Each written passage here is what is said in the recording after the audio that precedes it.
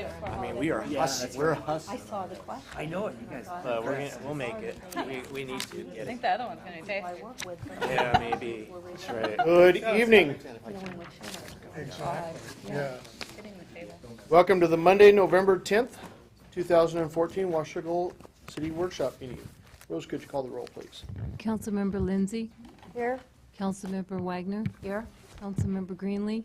Here. Councilmember Shoemaker. Here. Councilmember Freeman. Here. Councilmember Boger. And Councilmember McDaniel. Council members Boger and McDaniel let us know that neither one of them would be available this evening. Are there any members of the public that would like to address council before we get started this evening? Okay, seeing none, going to our first item, new business. Jennifer, you've got some finance items for us. I do, and actually we have Jim Nelson from D.A. Davidson? Yeah, No, D.A. okay. Davidson. Wasn't sure. D&D. And then we also have This is Scott McJanet from With- KNLK Bond Council. Thank you. Cynthia, I believe, is in Alaska. Is that where she's at? Or She's flying out next Monday. She's off in one of the other corners Okay. of the state. she's Less seen. taking care of a few presentations on some changes recently with the bond reporting. So From CDC, we were yes. fortunate that you could join us this evening. Thank you for having me. And I will just turn it over to the two of you. Okay, thank you, Jen. Nice to see some of you at the AWC conference this summer. So I was looking at you, Connie, and I thought, oh yeah, that's right, we talked.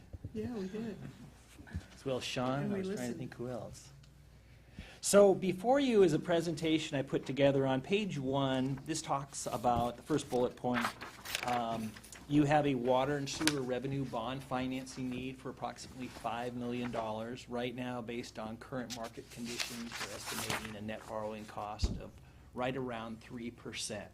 So it's quite a surprise. I'll show you the interest rate market. Everyone had expected that rates would rise during 2014 as a result of the Federal Reserve tapering program, and rates went exactly the opposite direction. So some have said maybe the market overreacted last year.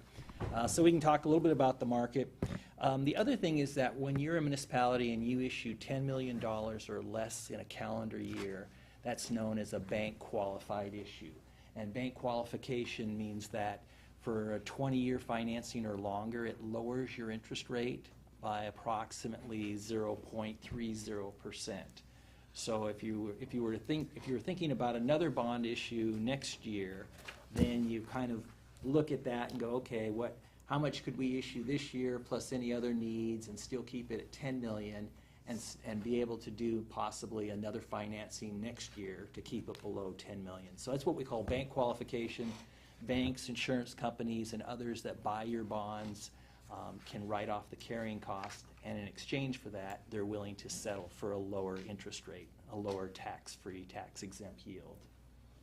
And then the last bullet point is you have an opportunity to refinance the 2006 limited tax general obligation bonds. The net average annual savings would be $19,439 per year. There's 12 years remaining. This does not extend the term. It matches the original final maturity date. So your total net savings, as we say, are about $233,000. And that's the downtown bond that's currently being paid for with REIT money. So that would free up some of our REIT money each year to be able to do other things with, other than pay debt. The second slide shows the interest rate market. May 23rd, 2013, there was speculation on the Federal Reserve tapering and how rates were going to go to the moon. Sure enough, based on rumors, they did.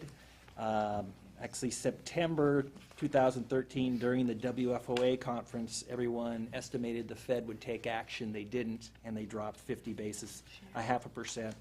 And here we are in 2014, and this is a surprise to all the interest rate experts on how these rates have trended down. Of course, this happens just before a presentation. Rates went up last week 0.08%. So rates are sort of bouncing around right now near the bottom. Again, it's related to the geopolitical events going on.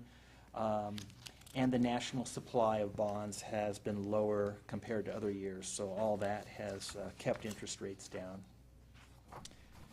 Page 3 shows, if we drop down to the row 30-year, for the 30-year Treasury, under fourth quarter 2014 heading, it shows 3.5%. We go to the right and look at fourth quarter 2015, shows 4.20. So our interest rate expert is estimating that rates will go up about 0.75%. I do have to condition that statement that most of these interest rate experts have been wrong over the last few years. But I think we are getting to a point now where it's likely that rates will go up. Yeah, but they've been wrong in the direction that's good. Yeah, that's right, that's right. So page 4 shows the estimated payment schedule to fund $5 million plus a reserve fund contribution plus financing costs. The net borrowing cost is 3.06%. And here's where it gets a little confusing. If you look under the coupon column, the coupon heading, that's your annual interest rate that you would pay each year on the bond. And then you look at yield to the investor. So that's the tax-free yield to the investor for a revenue bond rated AA. And so it's really interesting. Year 1, it's 0.33%. Year 20, it's 3.23%. But what that creates is when you look at the interest rate that's higher than the yield, it creates what we call a dollar price greater than 100%. So just keep that in mind. We'll turn to page 5 now, and I call it the new math. You're actually funding, if we drop down to the estimated uses of funds, you're funding roughly $5 million plus about $360,000 for a reserve fund plus financing costs, and yet you're only issuing $5,005,000 in principal. And the reason being is that investors are willing to pay more than 100%.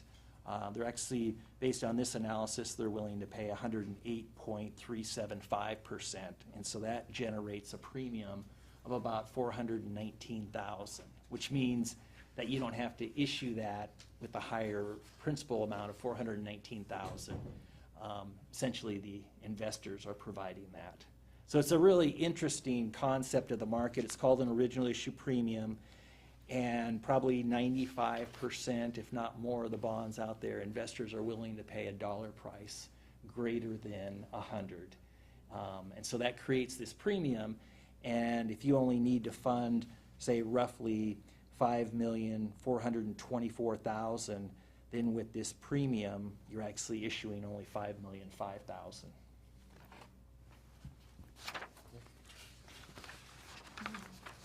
I guess any questions on that? Why are they willing to pay more? Well, great question. They, investors now are feeling that we are kind of at the lowest of the lows as far as interest rates, and that from a marketing perspective, if they decide to sell out of their bond before maturity, maybe they buy a 5-year maturity or 10-year, they feel the bond will be more marketable if the interest rate is higher than the actual yield. So Okay. it's interesting. And then you kind of go, well, wait a second, we're a city, we want to pay the lowest interest rate, and you're still getting the lowest interest rate because you don't have to issue roughly $420,000 in bonds. So you're issuing $420,000 less in bonds. That lowers your borrowing cost. Thank you. But even for myself, explaining it numerous times, it still doesn't always feel right. But I jokingly refer to it as the new math. So. Like with our mortgages, right? You spend points to buy down your interest rate. They're spending to buy up the interest rate. Yeah.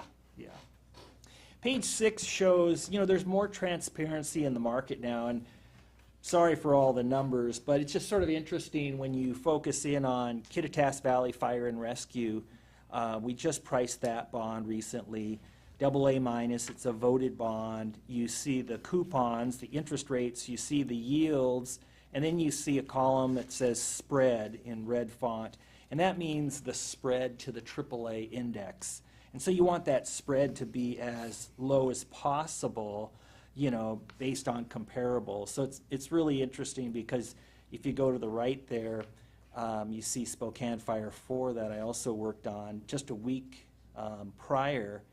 And there were some things in the news that really drove interest rates down a little bit lower that week. And it was just luck of timing, and the district ended up borrowing money for 17 years, and their rate was like 2.55%. Whereas this fire district for Kittitas Valley came a week later. It's a 20-year financing, but their borrowing rate was more like 2.88%. So it's a great example sometimes on timing and what's going on in the news. Page 7 shows the calculation for the estimated savings of the 2006 limited tax general obligation bonds. They don't become callable, prepayable until December of 2016. So this page shows what the impact would be if you refinanced only the 2017 through 2026 maturities, what we call the callable bonds. And based on current rates, we're estimating that the city could save about $19,439 per year. 12-year financing, net borrowing cost is estimated at 2.2%. So some of the savings are the result of rates dropping, but also the city was recently upgraded to AA, and that also helped make this refinancing more cost effective. Page 8 shows, again, the rating categories. The higher the rating, the lower the interest cost. Your current rating is AA. That's a fantastic accomplishment for a city of your size. And that's both our utility revenue bond rating and our GO. I believe so, yeah. So, Does that sound right? I think so. They Yeah. were different, and then one got upgraded, so I think they got upgraded. Yeah. Got upgraded. But I'll double check. The page 9 shows the key factors. Again, staff has been through rating presentations before, but you look at debt factors as far as how much debt do you have, your economy, what's the assessed valuation been doing, top 10 major employers, top 10 major taxpayers, average home values. Look at financial performance, looking at your financials over the last 5 years, and then management factors. Do you have, which the city does, do you have a formal financial management policy? How does staff communicate with the council? How often do you do, budget amendments and things like that? So the Standard & Poor's has really changed their philosophy here in the last few years. So it's fascinating from my perspective, just on all the rating upgrades we're seeing out there. And also the fact that smaller communities are achieving higher rating grades. It used to be thought that it was always someone like Clark County or the city of Vancouver would have the higher rating grade. And now we're seeing smaller jurisdictions might have the same rating. I recently did an issue for the city of Deer Park. They did their first bond issue. It was rated AA, and that's the same rating as the city of Spokane and Spokane County. And, probably before 2006, we just would never see anything like that. Page 10 shows an example of the schedule going forward. Staff is in the process of gathering all the information. There would be, down on steps 7 and 8, there would be a series of conference calls, one to rehearse and prepare with city staff. The second would be to do a formal presentation of Standard & Poor's. Around December 5th, the rating grade would be received. Then we release a document known as the preliminary official statement, kind of like a prospectus for a stock offering, and then begin marketing the bonds, set the final interest rates around December 15th or 16th, and then close the issue before December 31st so that your issue stays bank qualified. And with that, I'd be happy to answer any questions. I was just going to point out for the council, and I think the council knew this when we made the presentation about how we would go forward with financing the wastewater treatment plant and take this approach, that your direction was very clear: move quickly so that we can achieve this bankable status. You can see from this schedule on page 10, it is really, really tight. We're going to make it with the help of our advisors. But the key is that first highlighted item, which is number 4 there. City Council approves the revenue bond ordinance. That will be for your approval at your meeting next week. It's critical for that to take place. The draft of the ordinance is in your workshop packet this week, so that you can peruse that if you would like. The question that we have, we didn't, as a staff team and working with our advisors, really determine that there was some strong efficacy to refinancing the GO, but the general obligation bonds for the downtown package until just a little while ago. So we don't have a draft ordinance for you tonight for that. It'll be a very similar type of a document. It's just it won't be for the revenue bonds. It'll be for that bond. It'll have all the detail and all of that. Our question for you is, this is not normally how we would like to do these things, and if you're not comfortable with it, our advisors are telling us that we could pass that ordinance on the 1st, but I think it'd be preferable if we had both of those ordinances for you next week.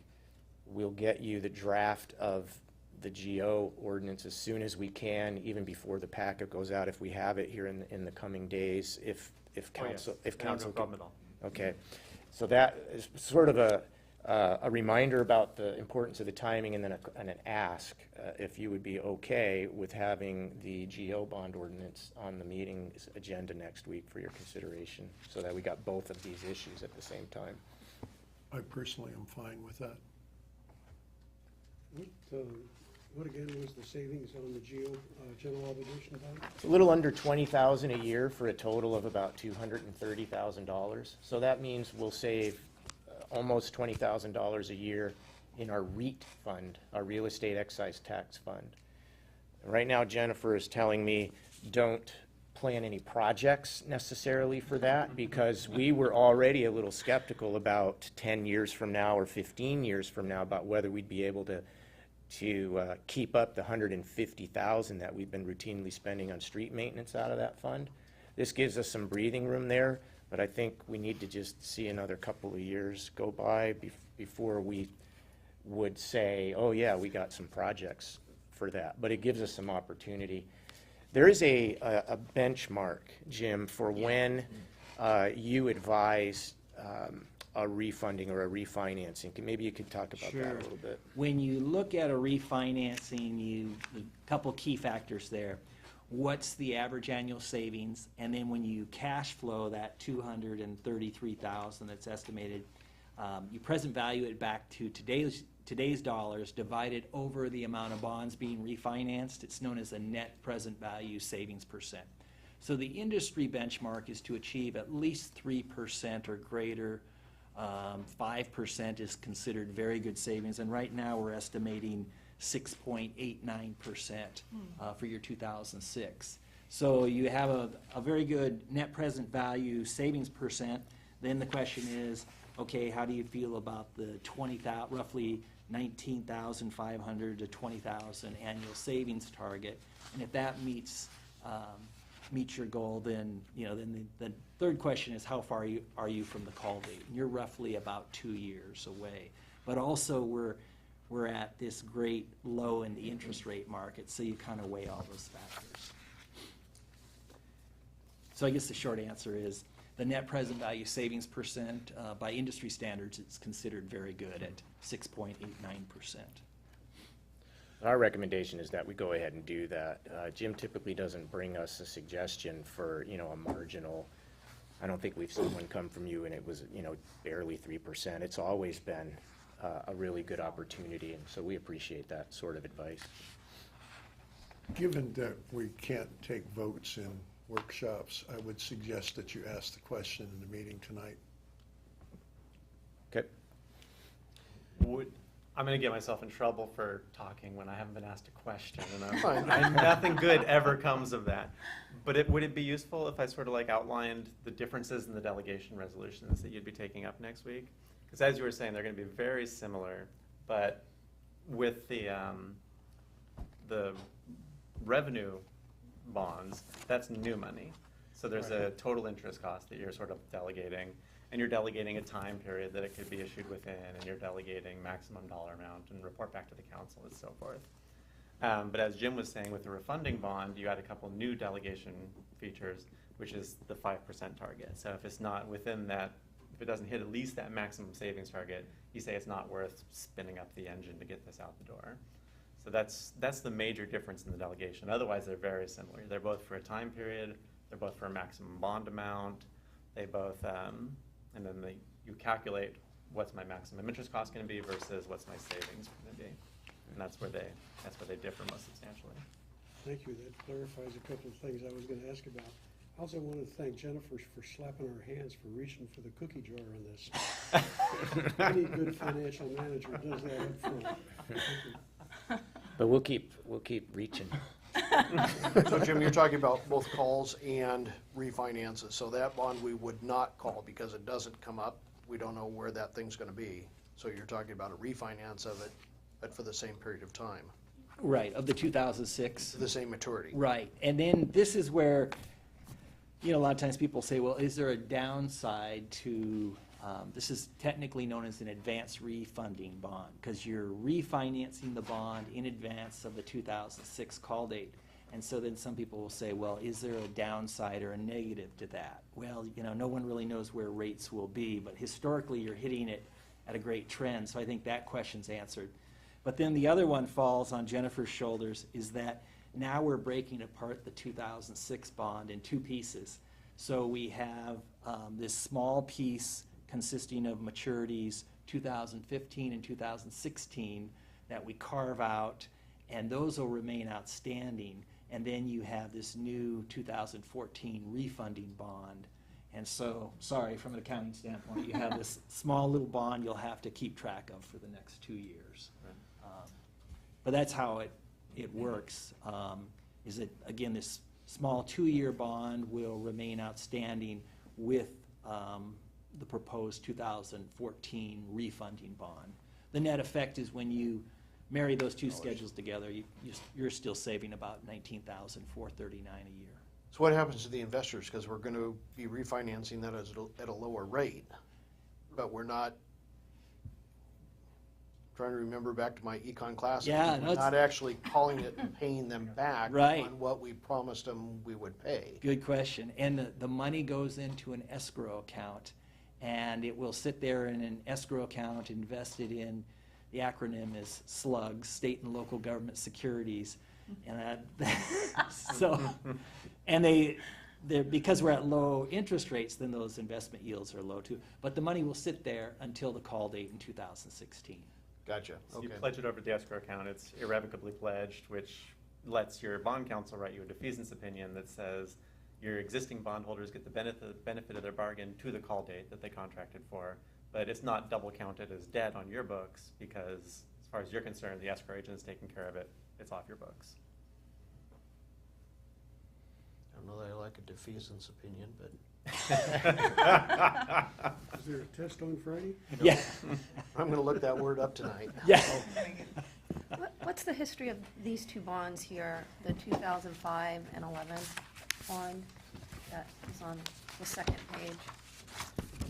The 11 are the bonds that we, are the $16.2 million issuance that we are using for the majority of our current Okay. capital projects. Okay, all right. And then the 05, I believe, was the first treatment plant. Is Trevor in here? Was the 05 issuance, you know? 2005. Yeah. It wouldn't be the original. I have to look at Um, the total price, improvements of the wastewater plant. Yeah. Secondary firefighter,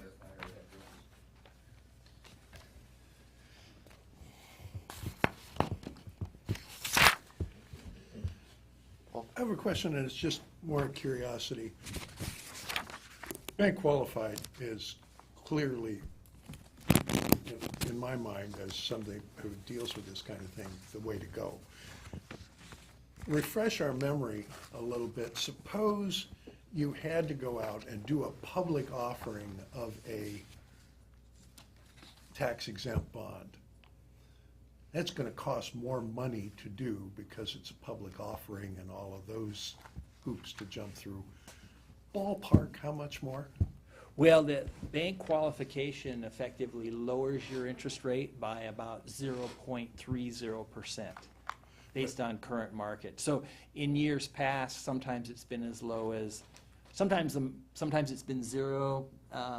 You know, in years past, as a rule of thumb, it's been about a 10 basis point savings, 0.10, so. I was thinking more about the one-time cost of issuing the bonds.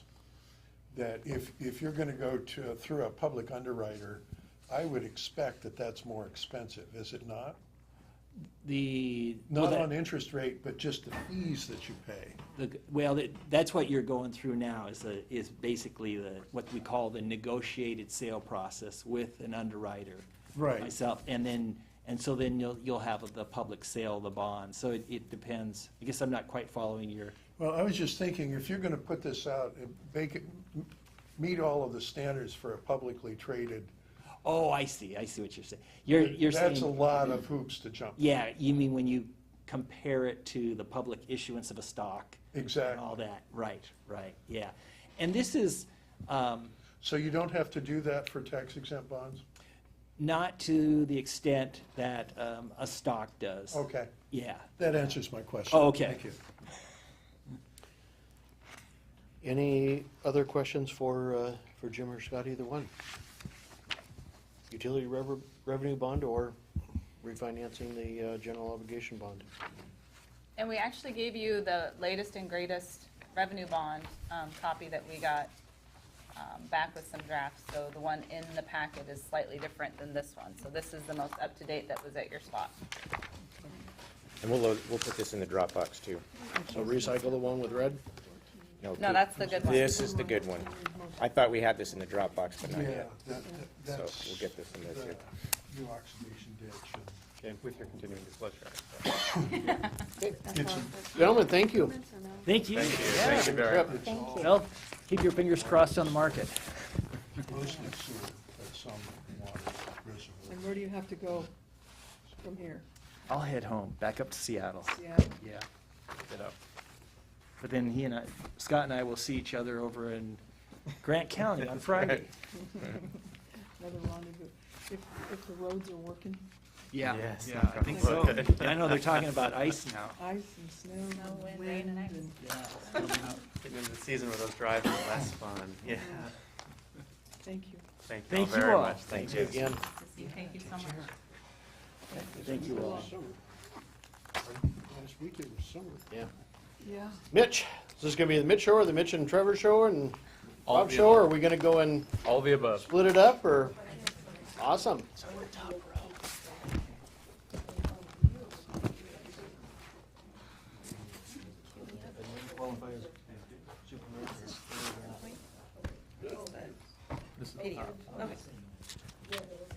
Good evening.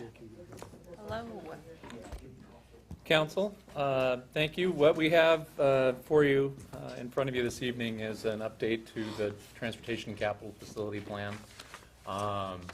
It also includes an update to traffic impact fees. This went through a hearing with the Planning Commission. They made a recommendation to you. Staff also, within the agenda bill, made a recommendation to you, at least as it pertains to the TIF rate. With us this evening is Rob Charles, who city engineer, and Sina Bone with,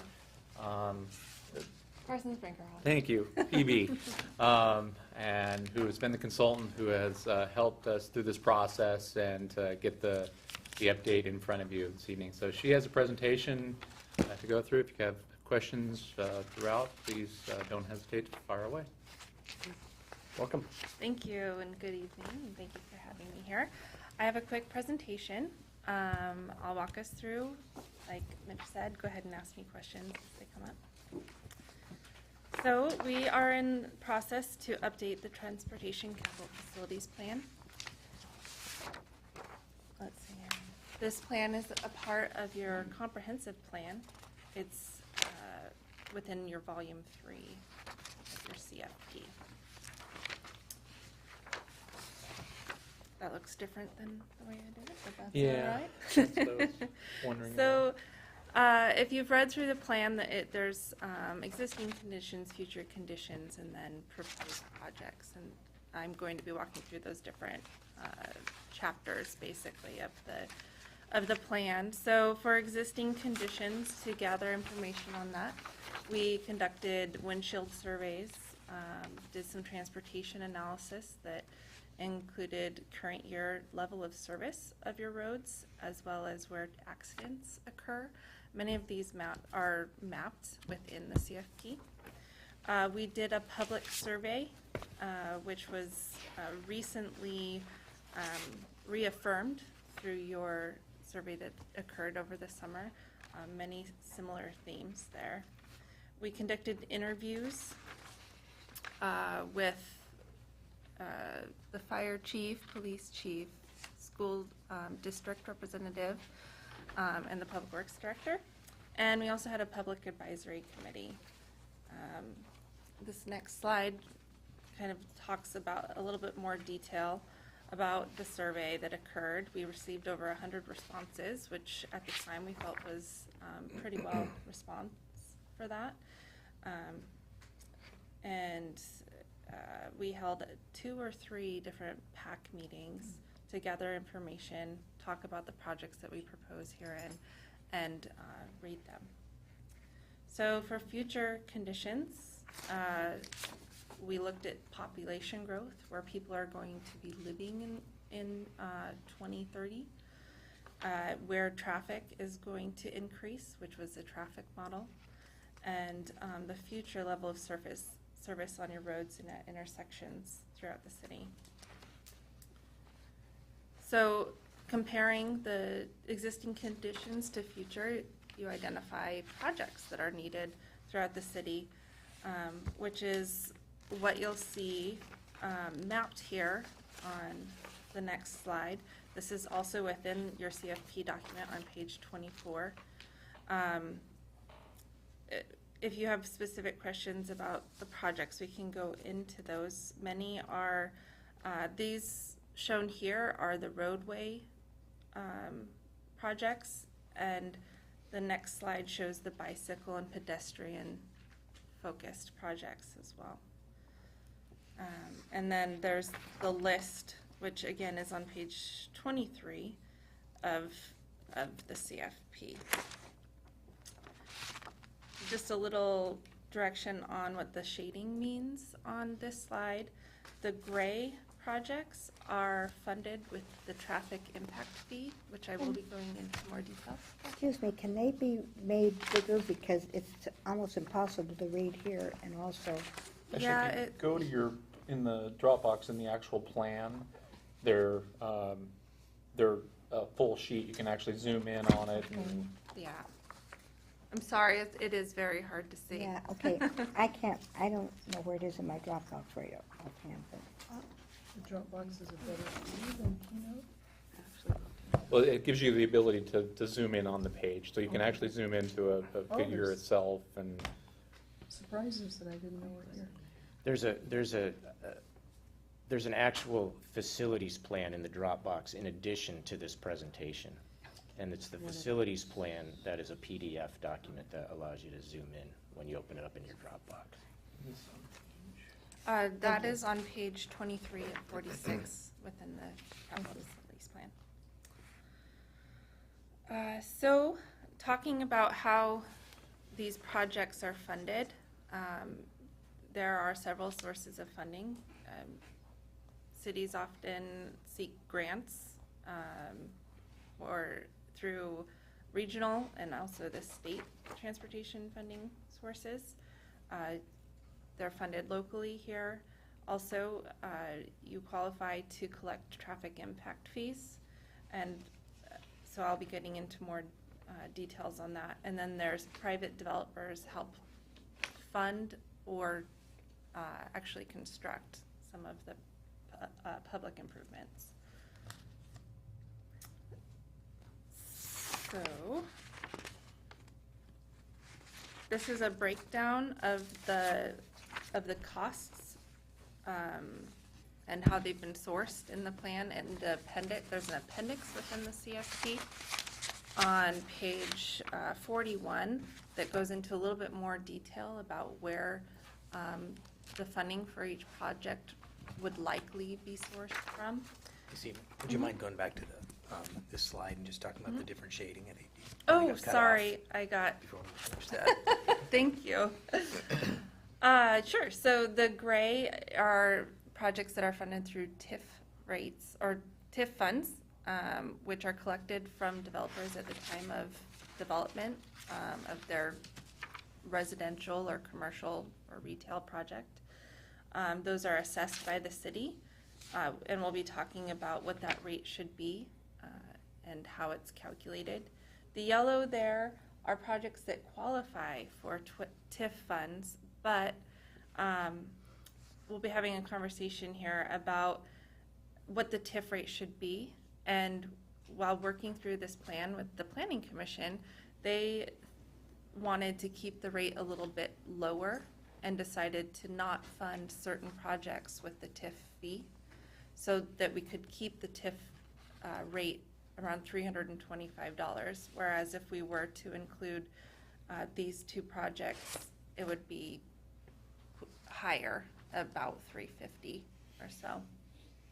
And if I could just jump in, that's really where council, you have the discretion to look at that rate. The Planning Commission gave a recommendation of about $313 per trip.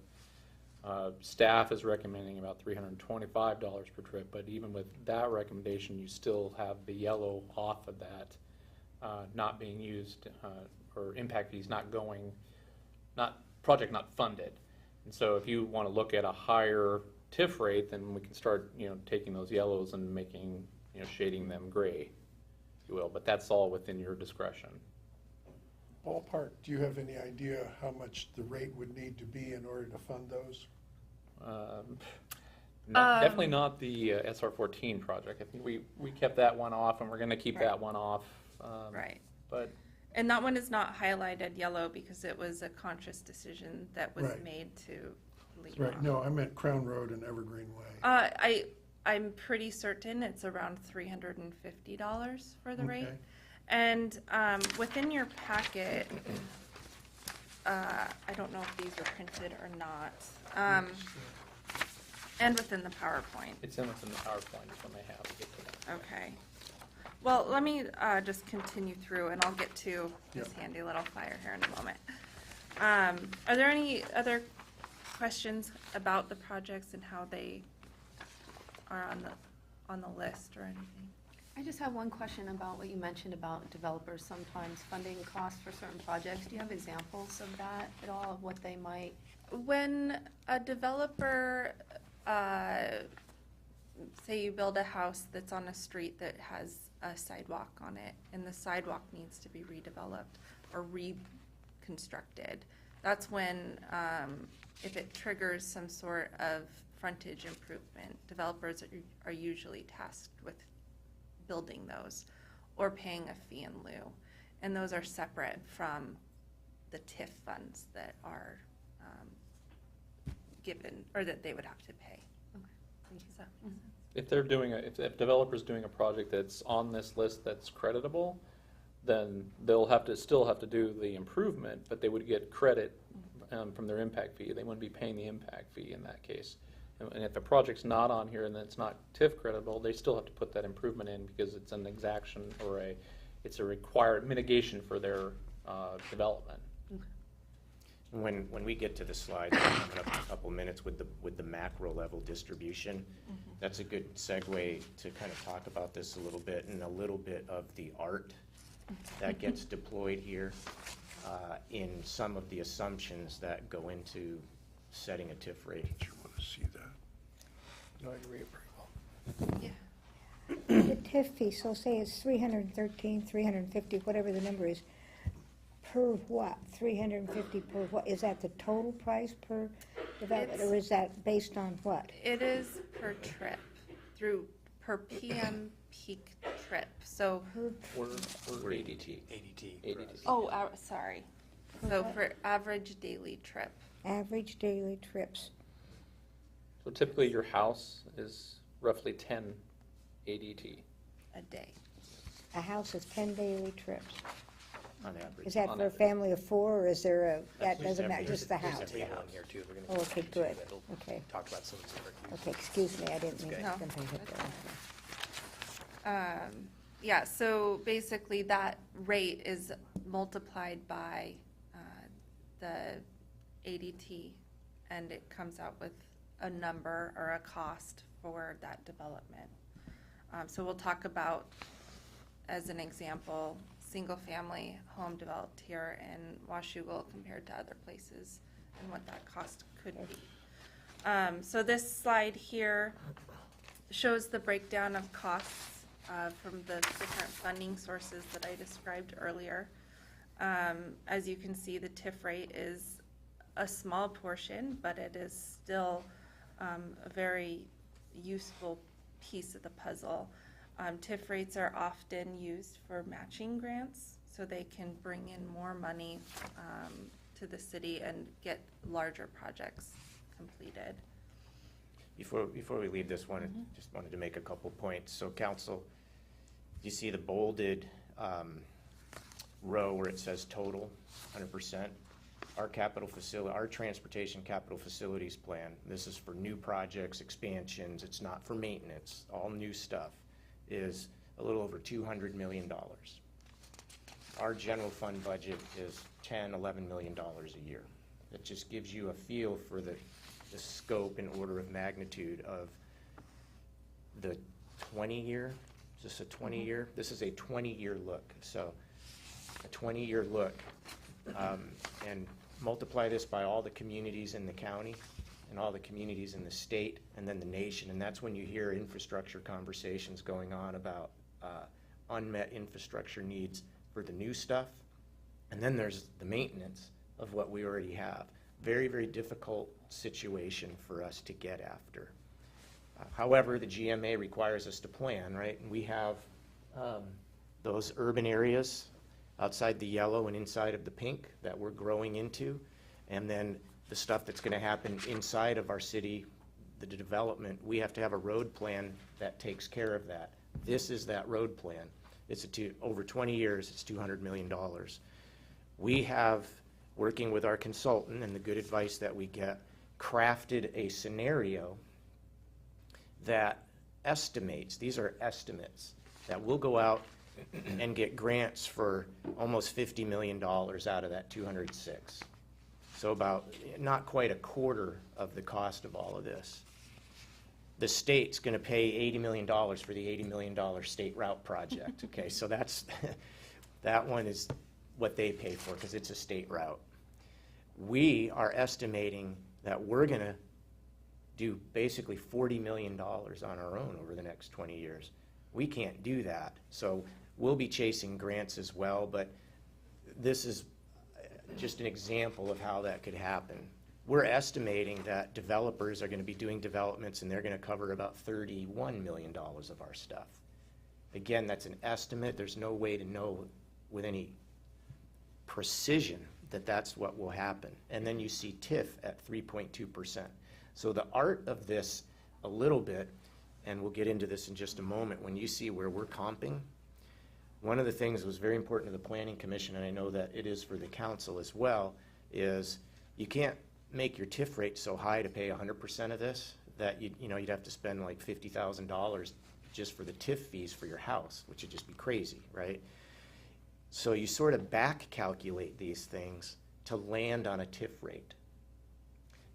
So that is what it is. That's part of how this deploys. And so the council in its discretion and the Planning Commission in its discretion in recommending to you can manipulate, if you would like. There's a rationale for it. It's not just some random thing that you would do. This table a little bit and say, you know what, we want to get a little bit more from TIF payments. The TIF rate would go up. Or we want to put a couple of projects back in there.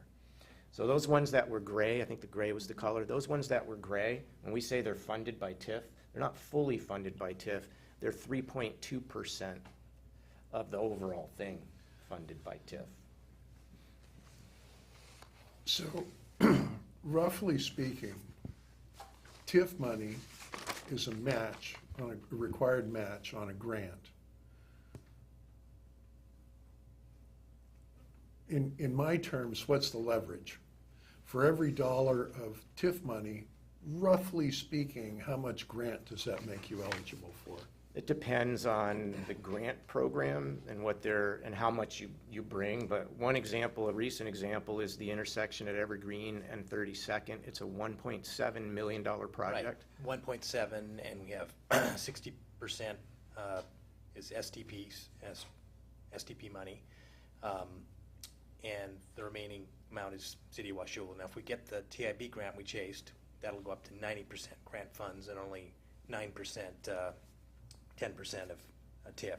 Right. So gives you an example. So, 200,000 out of 1.7 million is roughly, those aren't the exact numbers, so whatever that is, that's pretty good. It's not quite 9 to 1. yeah, But it's, 7, 8 to 1 for that project, if we get the TIB money. and is that a reasonable, kind of estimate as to what the leverage is like, 8 to 1? It varies on the Varies project. too much. Because when you're doing these grant applications, there's all kinds of criteria you're trying to meet. So it just depends on the project, how it's broken out in your TSP. So there's a lot of variables that are hard to pinpoint a number that TIF will contribute towards a grant project. And some projects might require a 20% local match.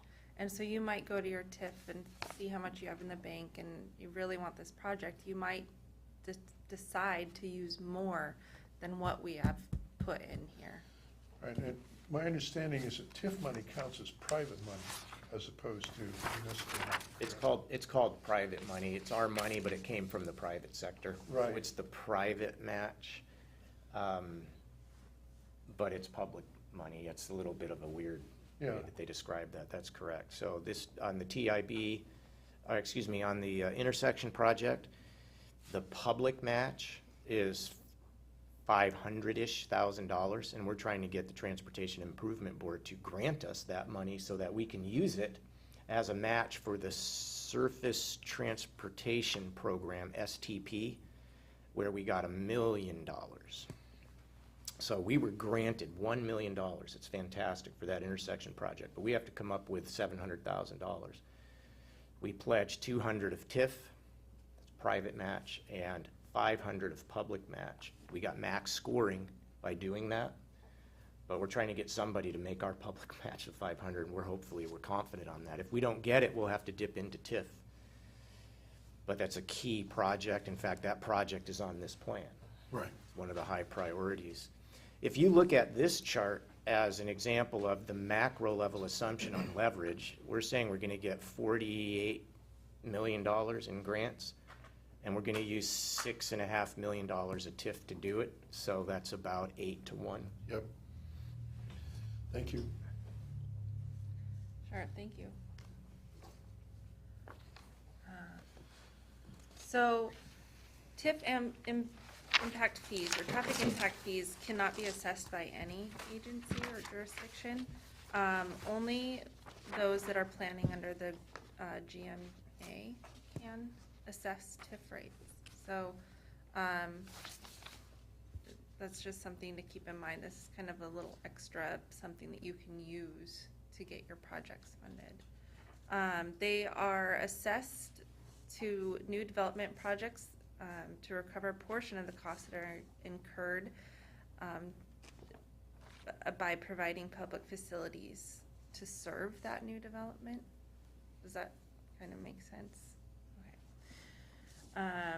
That's kind of the legal basis Yeah. for why we're allowed to charge somebody a TIF fee. Because they're going to be, because they're there, people will be going there and using their development, and so they need to help pay for some of that cost for the roadway improvements in the future. The TIF fees can only be used for projects on certain roads. So your arterials and collectors and intersection improvements. And it also helps distribute the burden of cost.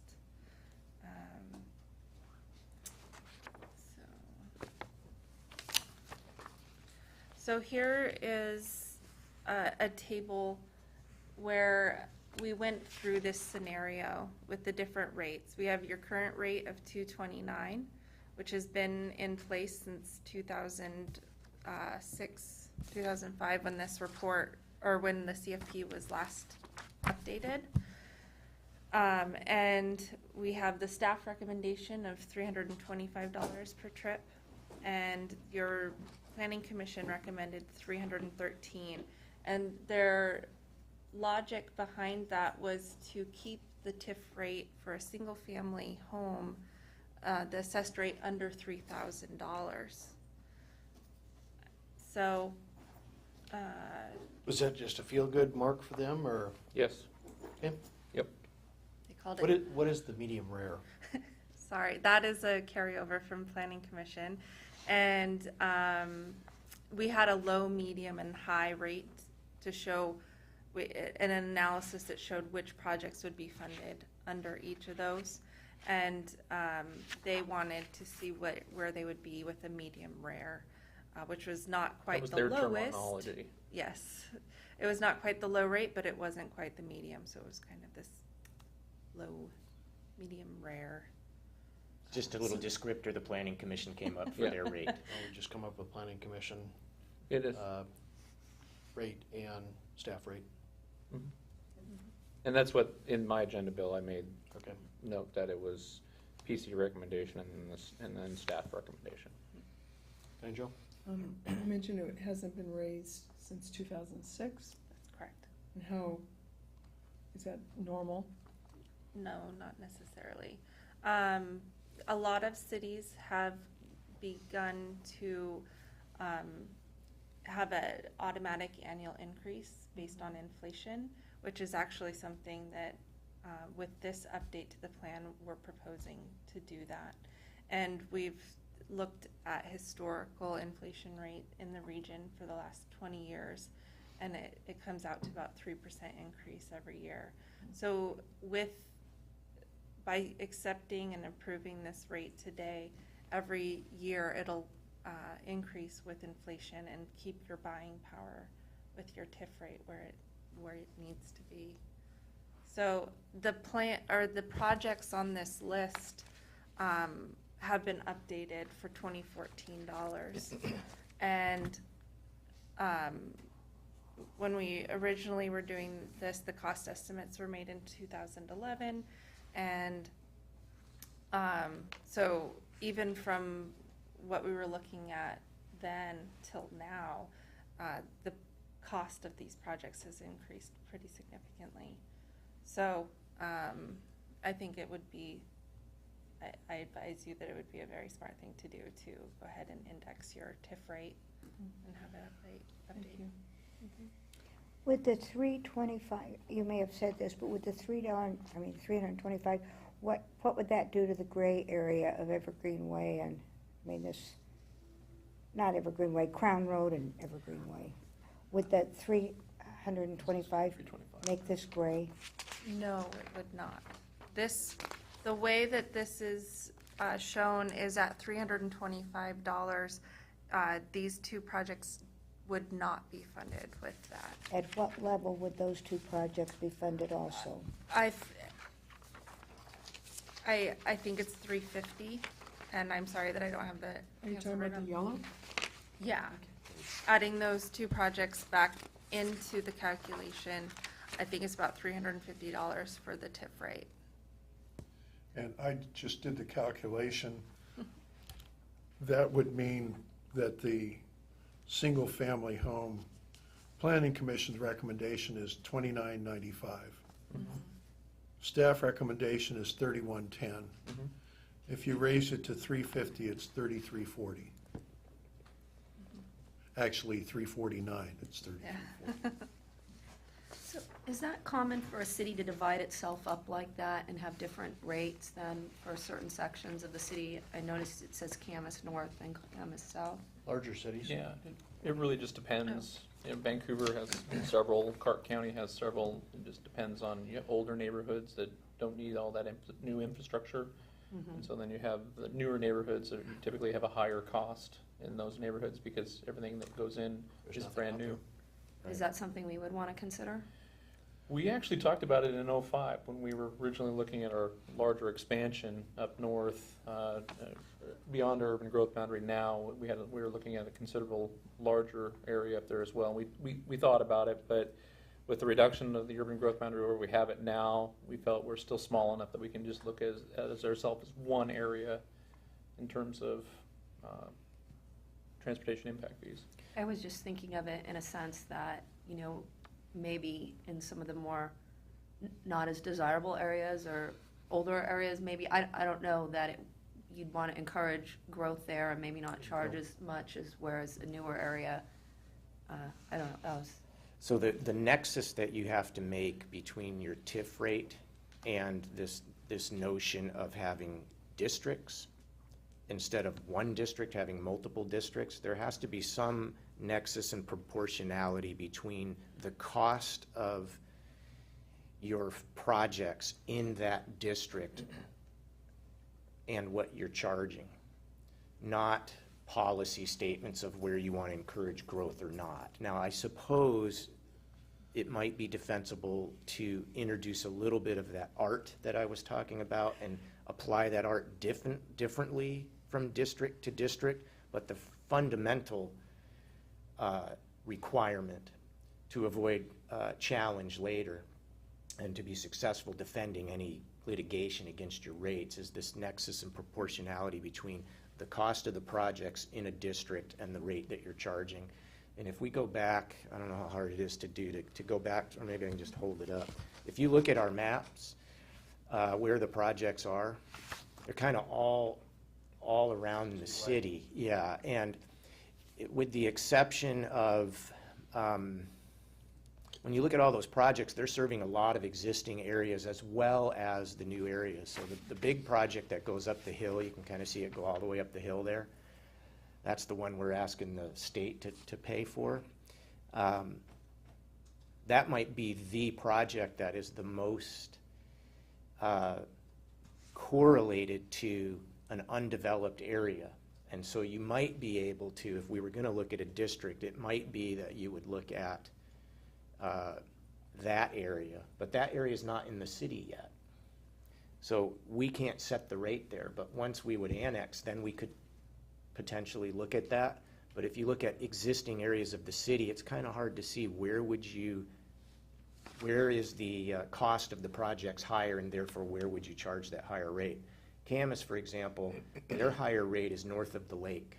That's all annexed now, and it's raw. So you can see clearly why you would have a higher rate there. All brand new projects in their plan, there's going to be a higher rate because the cost of their plan is higher north of the lake than it is south of the lake. Vancouver has 11, 12 districts, but it's about 10, 11, 12 times the size of Washougal. And technically, our area off Crown Road is not annexed yet. It is not annexed yet. Yeah. It's a possibility upon annexation that you could look at the, how many acres is it? That we want to annex? Yeah. About 185. It's possible because there aren't as many roads up there yet as an amendment to this subsequent to the annexation. But again, those projects would have to be intersections or arterials. Right, and there aren't any shown here yet, other than Crown, and Crown is an interesting duck because it's a multi-jurisdictional project. So it shows up on... Potentially 30-second styles, whatever that becomes wherever it goes, is about your only one on the eastern side. Dave? Thank you. Has anybody looked at the possible impact of raising these fees to the different levels on builders' willingness to build in Washougal? Is there any way to look at that? I think the only thing that we can do is look at the comparability from community to community. And that's not a very good analogy because we offer things that other communities don't offer and vice versa. The Budget Committee beat this one around for some time.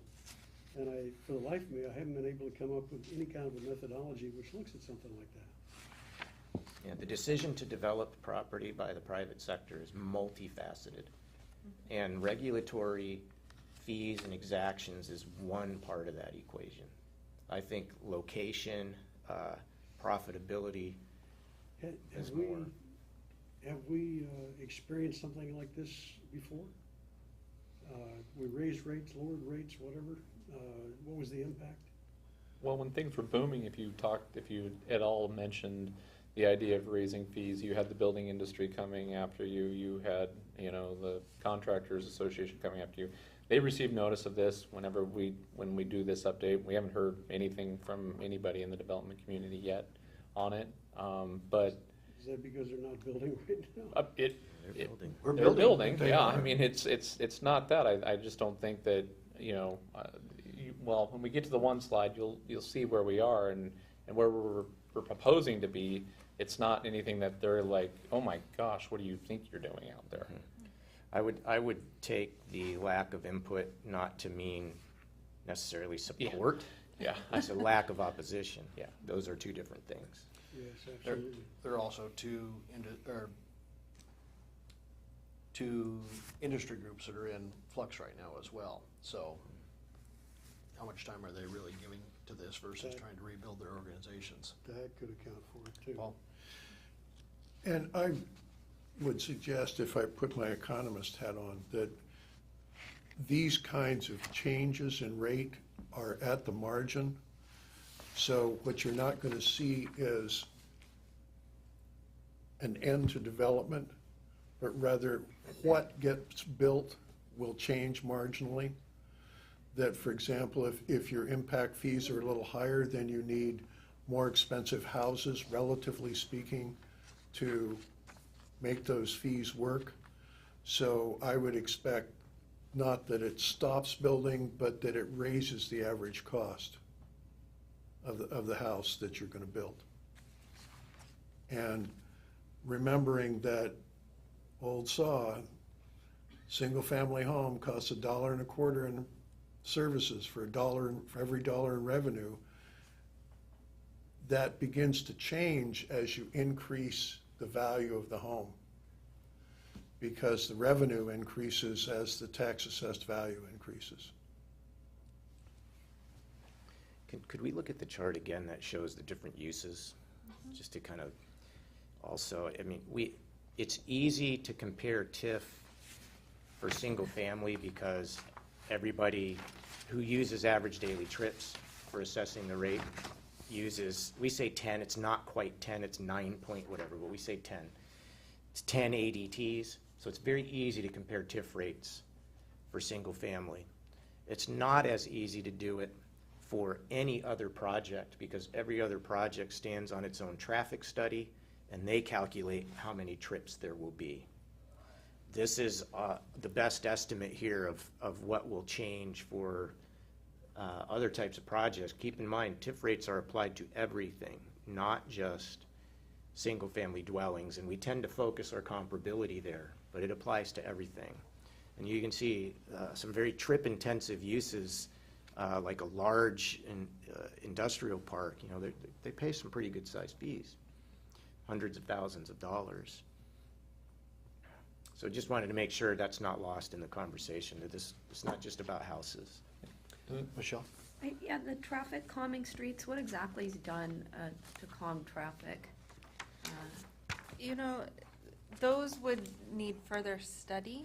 I mean, there's a variety of tools. Right, and you've probably seen the speed tables that we have around the city, curb extensions, narrower streets. Those are some of the things identified in our code to slow traffic down.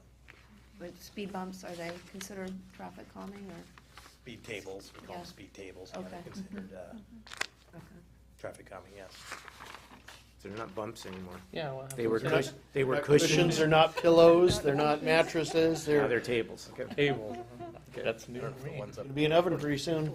They used to be really big and bump, now they spread them out. a Sharp, little bit. yeah. Paul? Well, certainly not single-family homes or industrial parks, but of these specialty retail center, gas station, fast food, hotel, we have business enhancement factors in the downtown core, Citywide, citywide, yes. okay?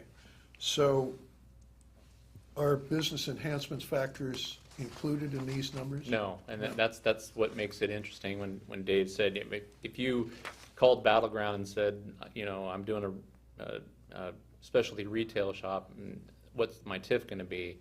There's going to be all kinds of factors that go into that, what they have as far, as what they can offer, how much their pass-by trips are, what their traffic study says. The same thing happens here. So it's not a very, it's not just I can give you an answer and go to the ITE manual.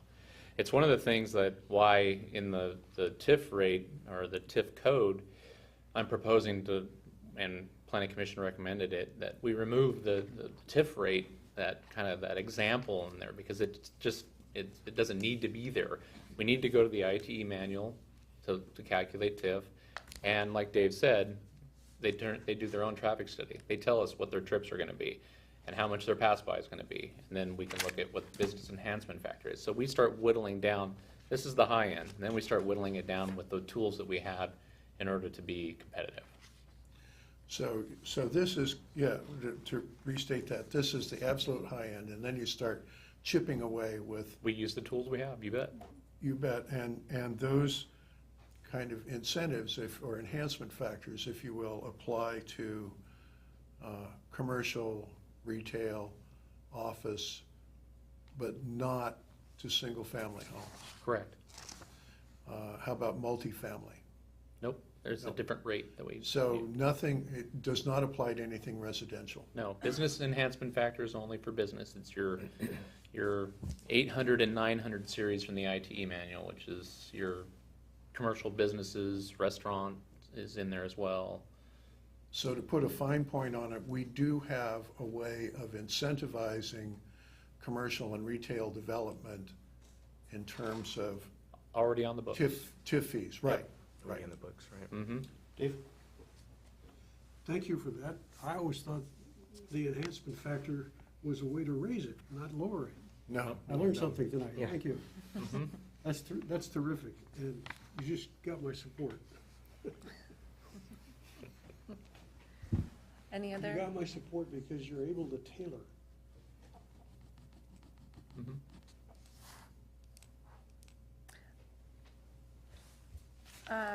So this handout, which I don't think was printed for you, but you can look at it. It is projected here, but again, like most things that I've shown you, it's a little hard to see. But this does show kind of where Washougal falls today with your TIF rate at the bottom. Lower than average compared to other jurisdictions in the state. Where we are proposing to have 325 gets you a little bit above average, not tremendously far, but compared to the other jurisdictions, kind of in the middle range there, which might be a comfortable spot to be.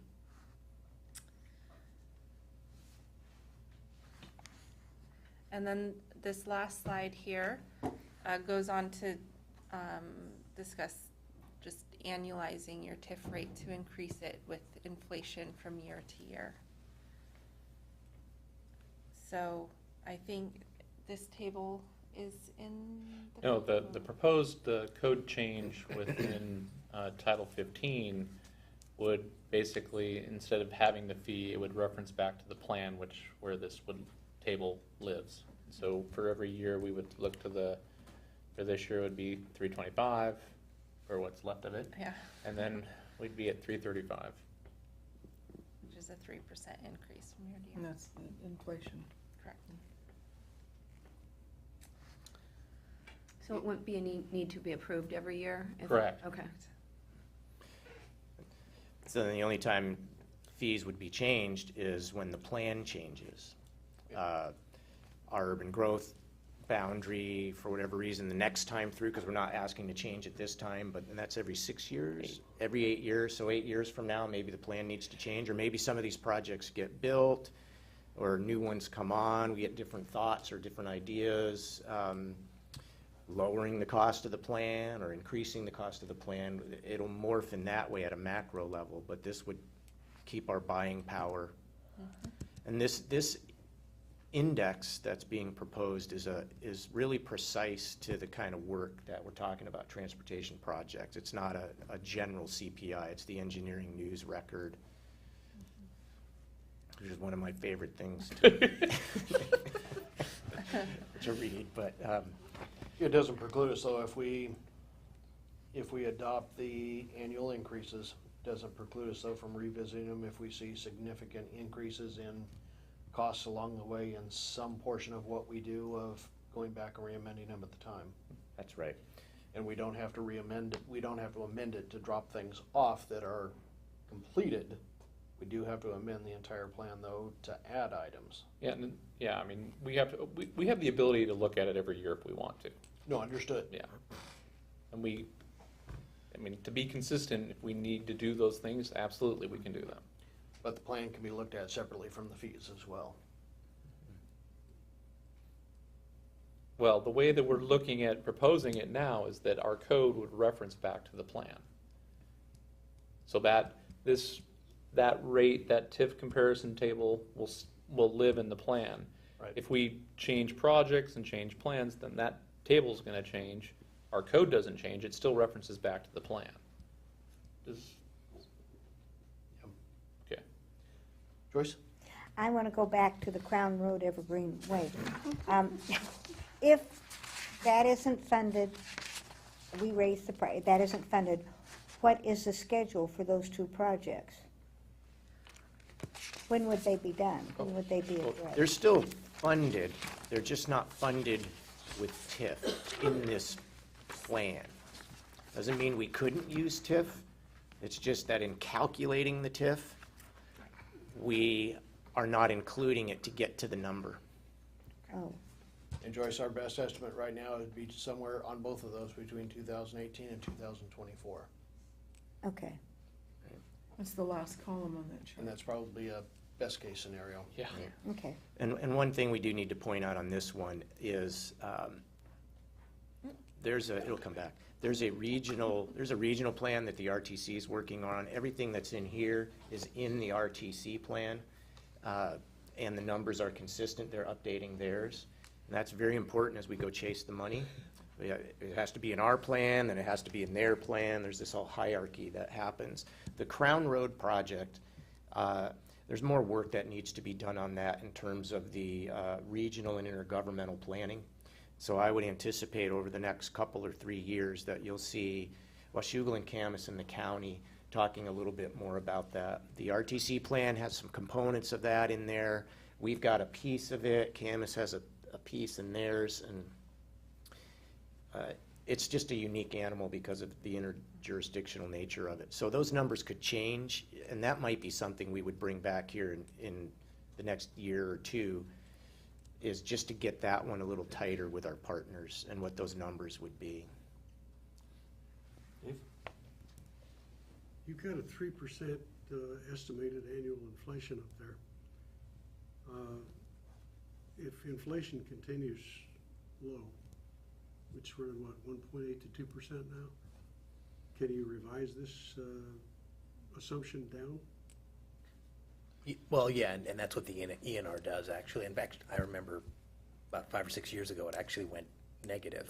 So, it follows the actual construction industry. And what's the lag time, 5 years or? Oh, it's, no, you do your calculation in October or November. That's when you get the numbers from ENR annually. Yeah. Oh, I like that. Yeah. Okay. So this 3% recommendation is a smoothing of 20 years of data. Yes. So it goes from 90 to 2010. We felt that was, I'm assuming the recommendation is that's a long period for the data set to kind of smooth the anomalies of the Great Recession in the year over some of that stuff. What's coming in the financial field is going to destroy any data that you've got. It's going to be very, very different from anything that you've had over the last 20 years. We can adapt then, What's the process for getting on the project list? Does that go through the planning commission? Yeah, so as I was describing at the beginning, when we look at the existing conditions and compare it to the future conditions, one tool that's used is the traffic model that shows how their capacity is impacted under future conditions if nothing changed. So if you had your same roadway system that you have today with the anticipated growth in residential and commercial, you would experience significant delay at intersections and along certain roadways. And so what the plan reflects is what investments need to be made to bring your roads and your intersections up to those standards in the future. So whether it's an additional lane or a right-hand turn lane at a signal. So those types of projects are shown in here. Other things include sidewalks around schools.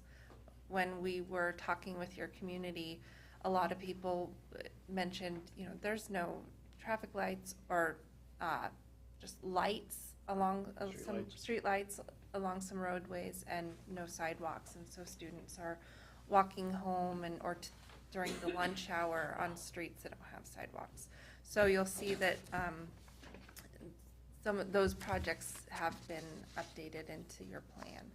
So there's several tools that we use to identify the projects. And I should mention this plan was developed in 2006, and what I have been working on is updating it for today. So a lot of the projects that you see in the plan have been in the plan since 2006. A few more have been added, but it didn't change tremendously. One big one came off. One big one came off your East Street. But in terms of process, Yeah, this is the process. Okay. I mean, yeah, that it goes. The deficiencies are identified, and in companion with where we anticipate growth, we say, okay, these are the things that need to be done, and then we put them in the plan and run that through Planning Commission, and then to you. So if I had a suggestion for traffic calming on a certain street where numerous people have come up to me and asked about it, who would I talk to then? City engineer. Okay. Who's that? And the traffic calming ones are kind of in the plan as a bucket, not individually listed incremental small projects, but about this much is necessary. And so the plan wouldn't reflect, say, that specific one-off project of calming. It would be included in that general category. So it wouldn't be a council action to say we're going to put a speed table in this precise location. It's to say we need traffic calming in this area generally. Yeah, I So- just didn't see this area represented, so, yeah. Okay. Rob, quick question for you on one of those other yellow items again. The intersection of Evergreen and Sunset View Road. Mhm. It's only a tad over 2 million. I assume that means we're not rebuilding or replacing the bridge that's out there? The bridge As part of that? east of it? No. Even though it's right there in the proximity of that intersection? Yeah, unless the, impact of the project gets into the bridge, we're gonna leave it. So I think that's only for our side of the Oh, that's right, improvement. yeah. It crosses over, that's county beyond that. I get that, Yeah. that furthers my question. If we got to that point, would we ask the county to share in a project in order to affect that bridge? Always ask. Yeah, we can always ask, but I think that but in terms of the plan itself, the dollar value that's reflected here is looking at the improvements as we as the city would be bringing to the table on that. Okay. We would try to avoid that bridge. I just can't see a lot of stuff that you can do at that intersection period without having to do something with the bridge. Everybody'd look at it and go, were you nuts or what? You fixed 2 legs and not the 3rd leg that's coming into the whole thing, potentially from a newer, larger school as well. Okay. Any other questions for the folks at the table? Connie Jo? Just curious, at Crown Road and 283rd, how far up the hill is 283rd? Sort of like Woodburn, I think it's the same thing. It is. It's called two things. Oh, it's just Yeah, Crown Road that's- changes That's names. talking about the Gotcha. same thing. Yeah, Yeah, I couldn't picture it, 'cause I'm so 283 familiar with is it, I way kept up, saying, what's yeah. 283rd? that's way up, yeah. Okay. I just wanted to make sure I clarified that Councilmember Wagner's question, that we were getting it for you. So on the plan, is V West Side traffic calming, or are those specific projects? Those are somewhat general. I mean, when you're going to have to master plan and identify exactly where those roads are. These are identifying locations where connections, arterial street connections, can be made to help your system perform more smoothly. So these are definitely fat lines. Okay. Development, that's a development. Okay, so when V is listed as, what is it listed, what does it say, call V? New road. Oh, City collectors. Oh. okay. Where does it Where's the show what traffic letters calming are? item? Is there one? Oh, it's item I think H, 49th Street, J Street traffic calming. Is that the one you're talking about? Going to here.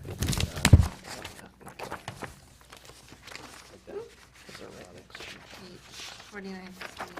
It's a purple one. Way to point at it on the. I don't know. That's on the Okay. other side of town. Yeah, it's on the other side of town. Okay. I understand your question now, Councilwoman. You're asking if we wanted it to include traffic calming in other places. How would we get that on this plan? Right. Okay, and we're only showing it east side right now. And that project is larger than just traffic calming. Okay. It's an improvement, but it must have come up at the public process that there was some need for traffic calming if you make widening Around the improvements. school. on the Okay. corridor. So there isn't a general bucket category in the plan of traffic calming? Not currently. And that's not typical in a transportation CFP? That's more of a maintenance? Yeah, I haven't. Okay. seen it. We did it outside of the plan up in Lookout Ridge, correct? We did it with maintenance money. Yeah, and Sunset View, Potentially, we would do the same thing. Exactly. Depending on how many there are and where they are. yes. So that would be our process then for the calming, would be in our maintenance process? And just an observation, this plan covers only arterials and collectors. Right. It does not. Well, Not No, necessarily, no. there's no. projects that are non-TIF, That's why they've called out the Oh, gray okay. versus non-gray. Okay. TIF funded. Okay. Other questions? Thank you. And Right, thank just- you. And the hearing is scheduled for next Monday. So in the, the ultimate action of the council is to adopt an ordinance that would make the changes around the fee and there was a couple language changes, and the draft of that ordinance is in their packet tonight. The draft ordinance is not in the packet. There's no additional packet because we were scheduled to be here Okay. last time. So it's in last week's, There's not a draft ordinance yet. okay. No. We'll get a draft ordinance to you Yes. so you can see what that is. We'll have a hearing on that ordinance next week, so the draft will be in your packet. And then the plan itself, that is in the packet this week. And there's a lot of narrative, and it has all of these maps and everything. So there's two things that will be asked of the council next week. It'll be to pass an ordinance, have a hearing, pass an ordinance, and then pass the plan. Right, both will be ordinance. And those are both ordinances. Okay. So it looks like the ordinance will have a choice between medium and medium rare. I would also like to see a choice of around 350. Well, the ordinance itself will basically just say to approve the plan. If you want to do that, we will have that discussion at the hearing, and then we will modify the plan based on what the recommendation is, whether it's, Okay, less or more. Yeah, I just wanted staff to be prepared for that. Yeah, always. Okay.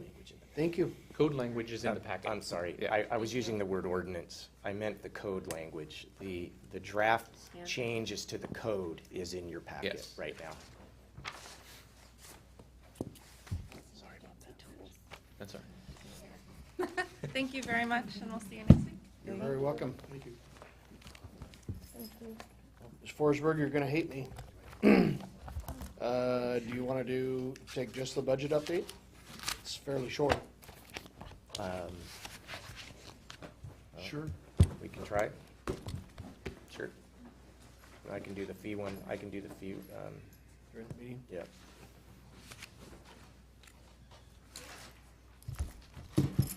So what are we gonna look at? You're doing the fee, what is this one? I wish I could see them. Budget update. I know, there's no way that I know. You know what it says? Is it? Three of them.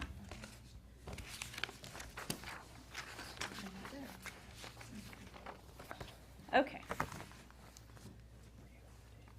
So we're just gonna go over the 2015 budget update as part of this agenda, and then the fee information will be moved to the meeting later this evening.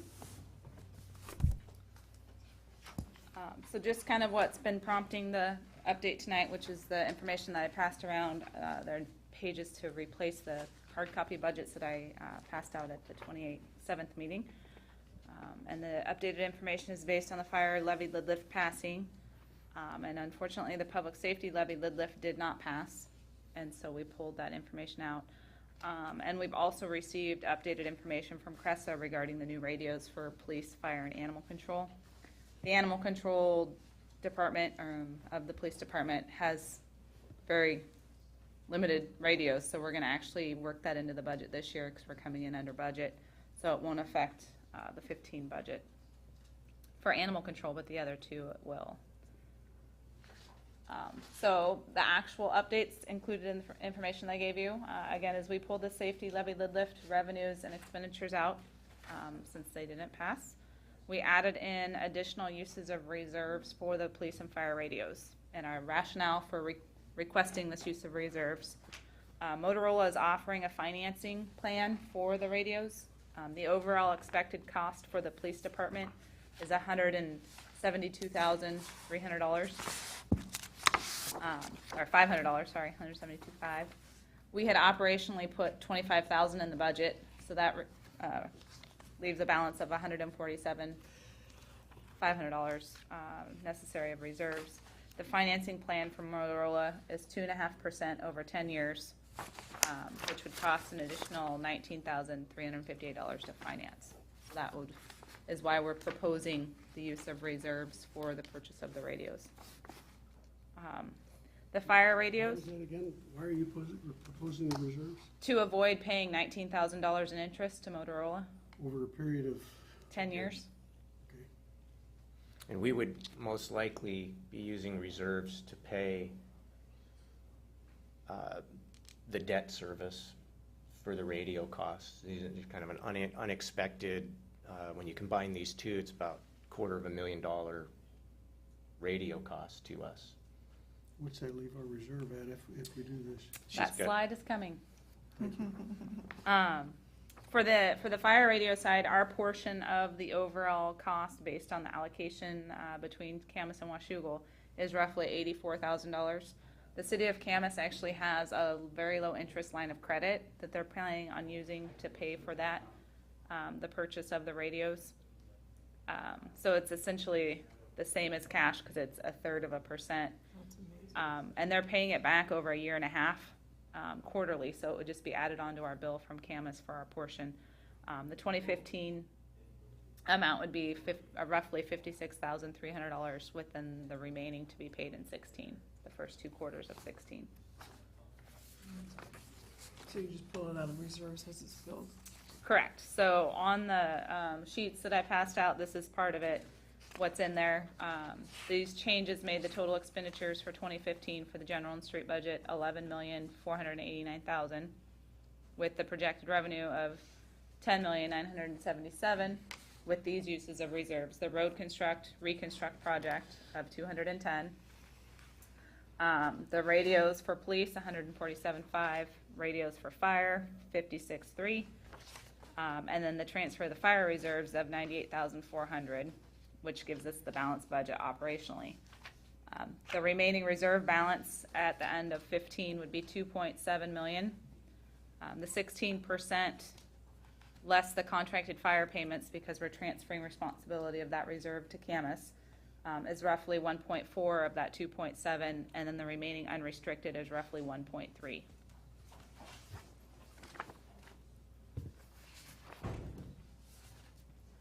That is the end of that conversation. So that is where we're at with the 2015 budget. We have our hearings tonight on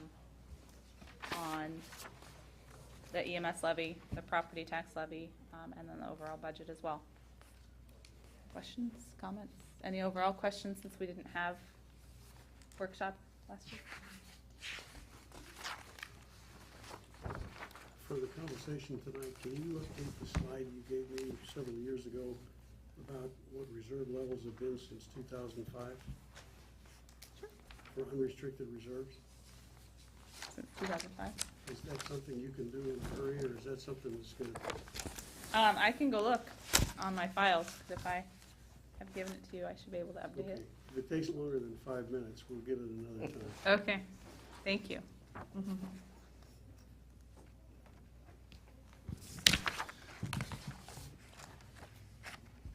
Okay, with that, we will adjourn and be back here at 7 o'clock for the regular council meeting. If you've got, as you digest these couple of changes in there for the budget, we could certainly throw questions at David as we go.